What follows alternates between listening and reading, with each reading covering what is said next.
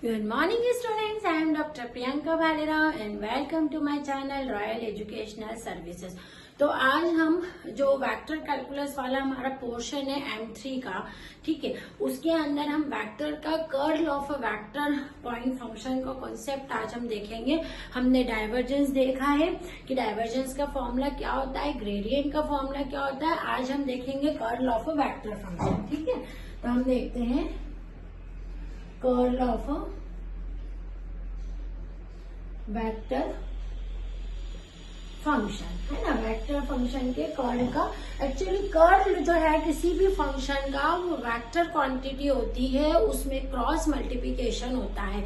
क्या होता है, कर्ल जो है वो है वेक्टर क्वांटिटी। क्या लिखेंगे हम, कर्ल एफ, मतलब कोई भी फंक्शन का जो कर्ल है वो पहले आपको सबसे पहले ध्यान रखना है कि ये वेक्टर क्वांटिटी होता है, ठीक है। इसका जो इम्पोर्टेंट पॉइंट है वो ये है कि कर्ल ऑफ एफ, या एफ यानी कोई भी function is a vector quantity, ठीक है। अब हम इसका फॉर्मूला लिखेंगे। Curl of F means delta cross F vector. मैंने क्या कहा, ये वेक्टर क्वांटिटी होता है, इसमें क्रॉस प्रोडक्ट लगता है, ठीक है। क्रॉस प्रोडक्ट जो है वो हम यूज करते हैं। अब ये जो हमारा नेबुला है, इसका जो फॉर्मूला है ये मैं आपको बता चुकी हूँ। I del y del x plus j cap del upon में del y plus k cap del upon में डेल जेड, है ना।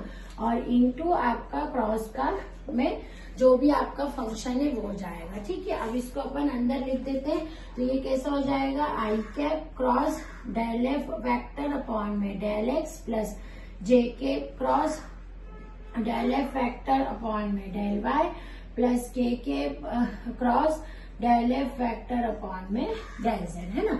तो ये जो पूरा फॉर्म हो गया, ये मैंने ओपन किया है कर्ल का, ये हमारा फॉर्मूला हो गया जो आपको हमेशा याद रखना है।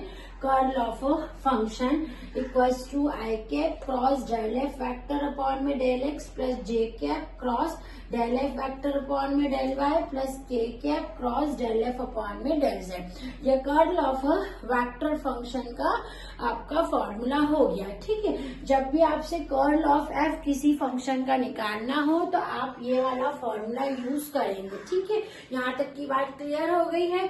आज हम कर्ल से ही रिलेटेड कुछ जो है डेफिनेशंस और फॉर्मूले को देख रहे हैं। अब दूसरा आता है कर्ल से ही रिलेटेड, इसके अंदर कई बार ऐसा क्वेश्चन आता है कि शो दैट जो गिवन फंक्शन है वो इररोटेशनल वेक्टर है।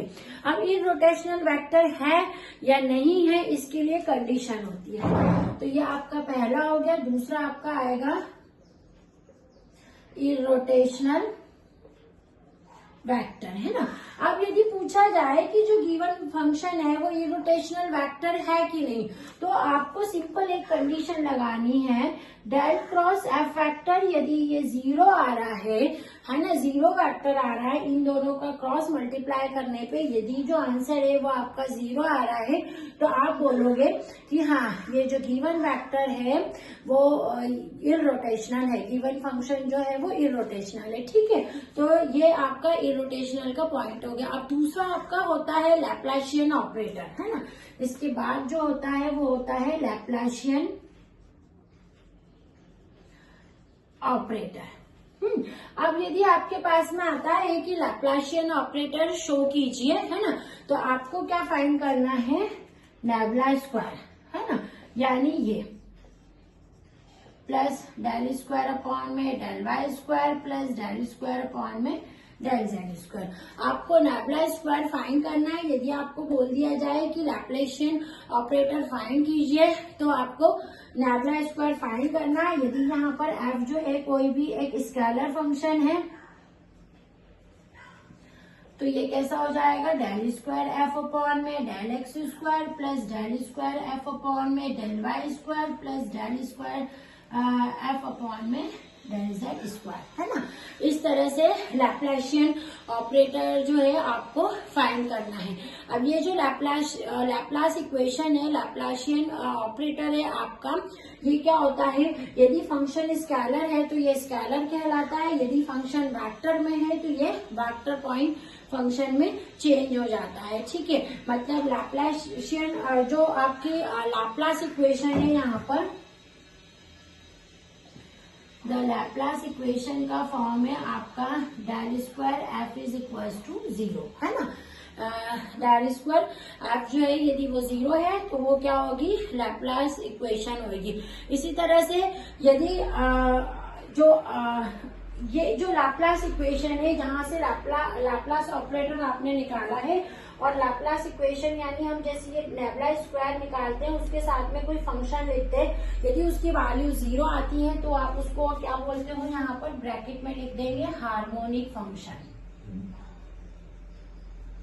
आपको प्रूव करने का आएगा कि जो फंक्शन है वो हार्मोनिक है कि नहीं, तो आपको लिखना है del square F is equal to 0 that it is a harmonic function. तो इस तरह से कुछ आपके जो बेसिक फॉर्मूले हैं, जैसे कर्ल एफ है, इरोटेशनल वेक्टर कब होता है, लैप्लाशियन ऑपरेटर क्या होता है और हार्मोनिक फंक्शन क्या होता है, इसलिए आपको ये छोटी छोटी जो फॉर्म है याद रखना है।